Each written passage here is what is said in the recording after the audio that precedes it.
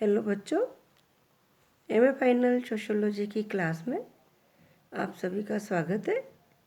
MA final sociology में हम 4th paper पढ़ रहे थे, राजनीतिक समाजशास्त्र। पिछली क्लास में हमने राजनीतिक व्यवस्था के बारे में पढ़ा था। राजनीतिक व्यवस्था का अर्थ, राजनीतिक व्यवस्था की परिभाषा। आज हम पढ़ेंगे राजनीतिक व्यवस्था की विशेषताएं। तो आइए बच्चों, हम पढ़ते हैं राजनीतिक व्यवस्था या पॉलिटिकल सिस्टम की विशेषताएं। तो इन परिभाषाओं से स्पष्ट होता है कि राजनीतिक व्यवस्था एक ऐसी उपव्यवस्था है जिसके विभिन्न भागों में ऐसी संबंध होते हैं या ऐसे संबंध सूत्रता होती है कि व्यवस्था के किसी भी भाग में हुआ कोई भी परिवर्तन अन्य अंगों पर प्रभाव डालता है ना। मतलब यदि उस व्यवस्था के किसी भी भाग में अगर कोई भी परिवर्तन होता है तो ये परिवर्तन अन्य अंगों तथा संपूर्ण राजनीतिक व्यवस्था में भी परिवर्तन लाएगा या प्रभाव डालेगा। राजनीतिक व्यवस्था का संबंध केवल शक्ति, हिंसा और बाध्यता से ही नहीं होता, बल्कि सामाजिक जीवन के अन्य तत्वों से भी इसके द्वारा संबंध रखा जाता है।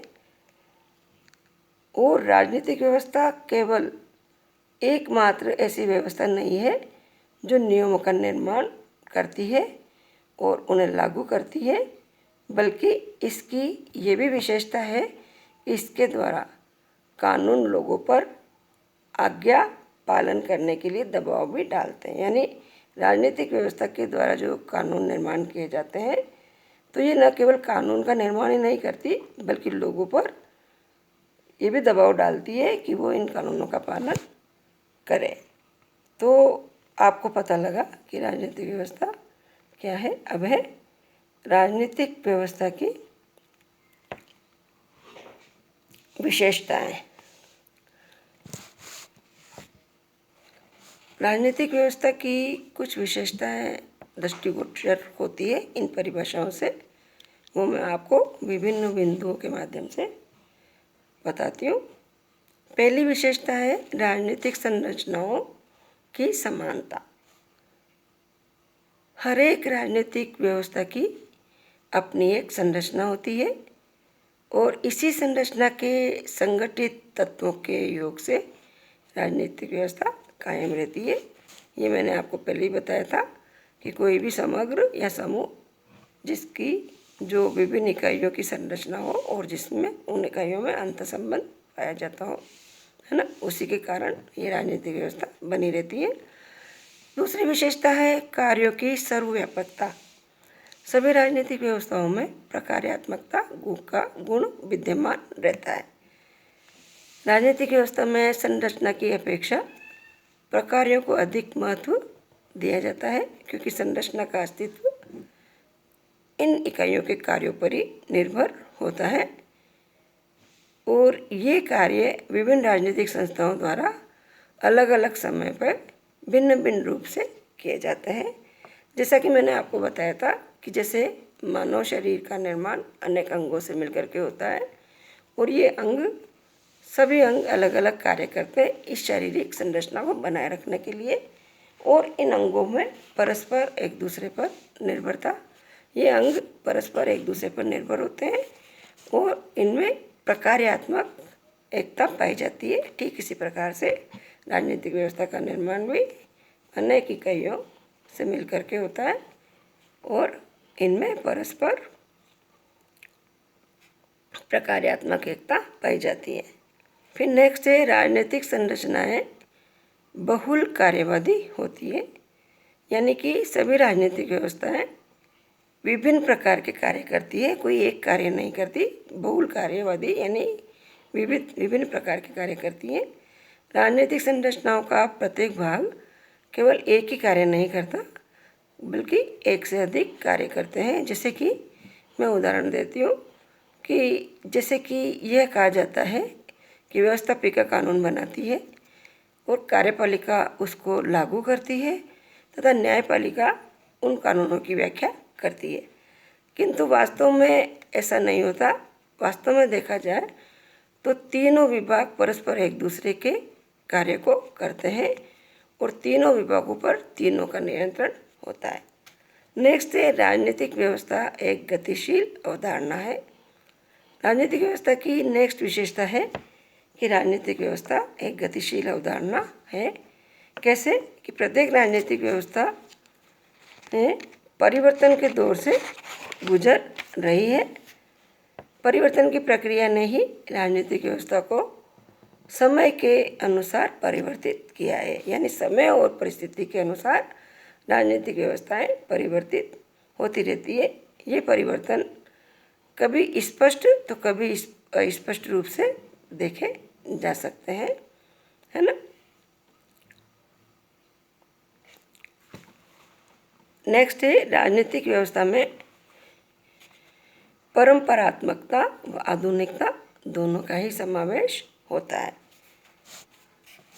किसी भी देश की कोई भी राजनीतिक व्यवस्था ऐसी नहीं होती जहाँ की मिश्रित व्यवस्था नहीं पाई जाती हो। मिश्रित व्यवस्था यानी ऐसी व्यवस्था जिसमें परंपरा और आधुनिकता दोनों का समावेश हो, है ना। राजनीतिक व्यवस्था में भी परंपरागत संस्थाओं और आधुनिक संस्थाओं के विचारों का मिश्रण पाया जाता है। नेक्स्ट है, राजनीतिक प्रभाव का असमान वितरण। राजनीतिक व्यवस्थाओं में राजनीतिक साधनों का वितरण असमान होता है, क्योंकि कुछ व्यक्तियों के पास राजनीतिक साधन अधिक होते हैं जिनके द्वारा वे सरकार को प्रभावित और नियंत्रित कर सकते हैं, और कुछ व्यक्तियों को राजनीतिक साधन कम प्राप्त होते हैं। इसलिए इनका दिखती बात है कि इनका वितरण असमान होता है। राजनीतिक साधनों के असमान वितरण से शासक और शासितों में मतभेद भी उत्पन्न होते हैं। ये आदिकाल से लेकर के आधुनिक समय में भी देखा जा सकता है। हर समय में ये मतभेद पाए जाते हैं। कहने का मतलब ये है, समाज में ऐसा इसलिए होता है क्योंकि अधिकांश लोगों में राजनीतिक प्रभाव के प्रति चेतना न के बराबर होती है। इस प्रकार से ये असमानता दिखाई देती है। नेक्स्ट है, राजनीतिक प्रभाव बनाए रखने की आकांक्षा। समाज में ऐसे कमी लोग होते हैं जो कि राजनीतिक प्रभाव में सर्वोत्तम कहे जा सकते हैं, क्योंकि ज़्यादातर जो लोग होते हैं, समाज के अधिकतर लोग राजनीतिक प्रभाव की इच्छा नहीं रखते, या इच्छा रखते भी हैं तो उनको इसमें सफलता प्राप्त नहीं होती है राजनीतिक प्रभाव बनाने की। व्यक्ति राजनीतिक धाक बनाने की चेष्टा तो करते हैं, यदि वे धाक बनाने में सफल हो जाते हैं तो सरकार के निर्णयों, नीतियों और व्यवस्था को अपने अनुकूल बनाने की वो कोशिश करते हैं, या उनको अपने अनुकूल बनाने का अवसर प्राप्त हो जाता है। नेक्स्ट है, औचित्यपूर्णता की प्राप्ति। औचित्यपूर्णता या वैधता कहें अपन तो वैधता के तत्व राजनीतिक व्यवस्था का मूल प्रेरक है। इनमें राजनीतिक व्यवस्था से जुड़े नेता ये प्रयास करते हैं कि किसी समस्या से निपटने के लिए जिन साधनों का प्रयोग हो वह हिंसा या द्वेष की भावना की बजाय नैतिकता की भावना से युक्त रहे।